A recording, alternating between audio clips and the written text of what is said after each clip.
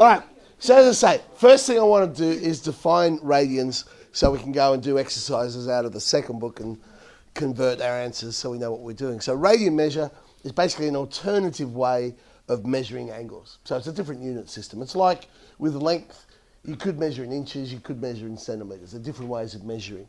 So basic conversions are 360 degrees is 2 pi. The reason I think of it that way is I can associate that better. Like 360 degrees is one circle, and we know circumference of a circle is 2 pi radius. So 2 pi circle, yep, I can link that together. But I mean, in reality, I suppose the conversion is pi is 180 degrees. So pi radians, 180 degrees. Common ones. So all those questions where we had exact values, we're going to see those come up a lot.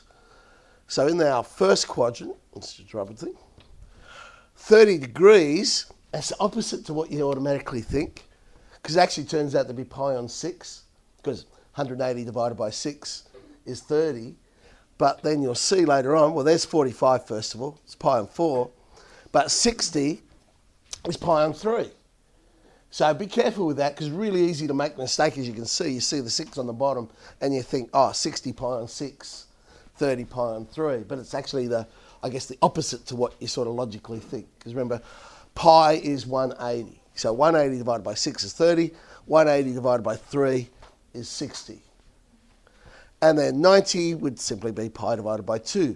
So there's your acute angles. So then the sort of ones we should be seeing in the second quadrant then, 120 would become 2 pi on 3, 135, 3 pi on 4, 150, 5 pi on 6, and then 180, as I say, is pi.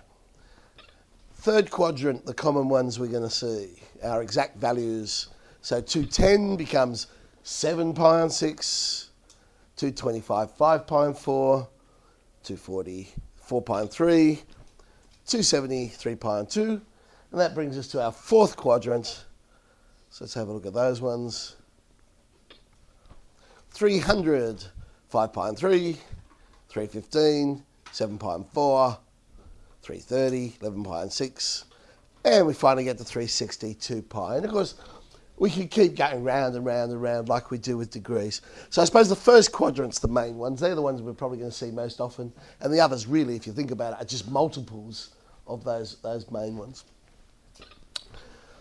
All right, here's one that's not one of those exact values. So they said, oh, 67 degrees, what's that in radians? Well, all we really have to do is multiply it by pi on 180. Because if 180 degrees is pi radians, then 1 degree must be pi divided by 180.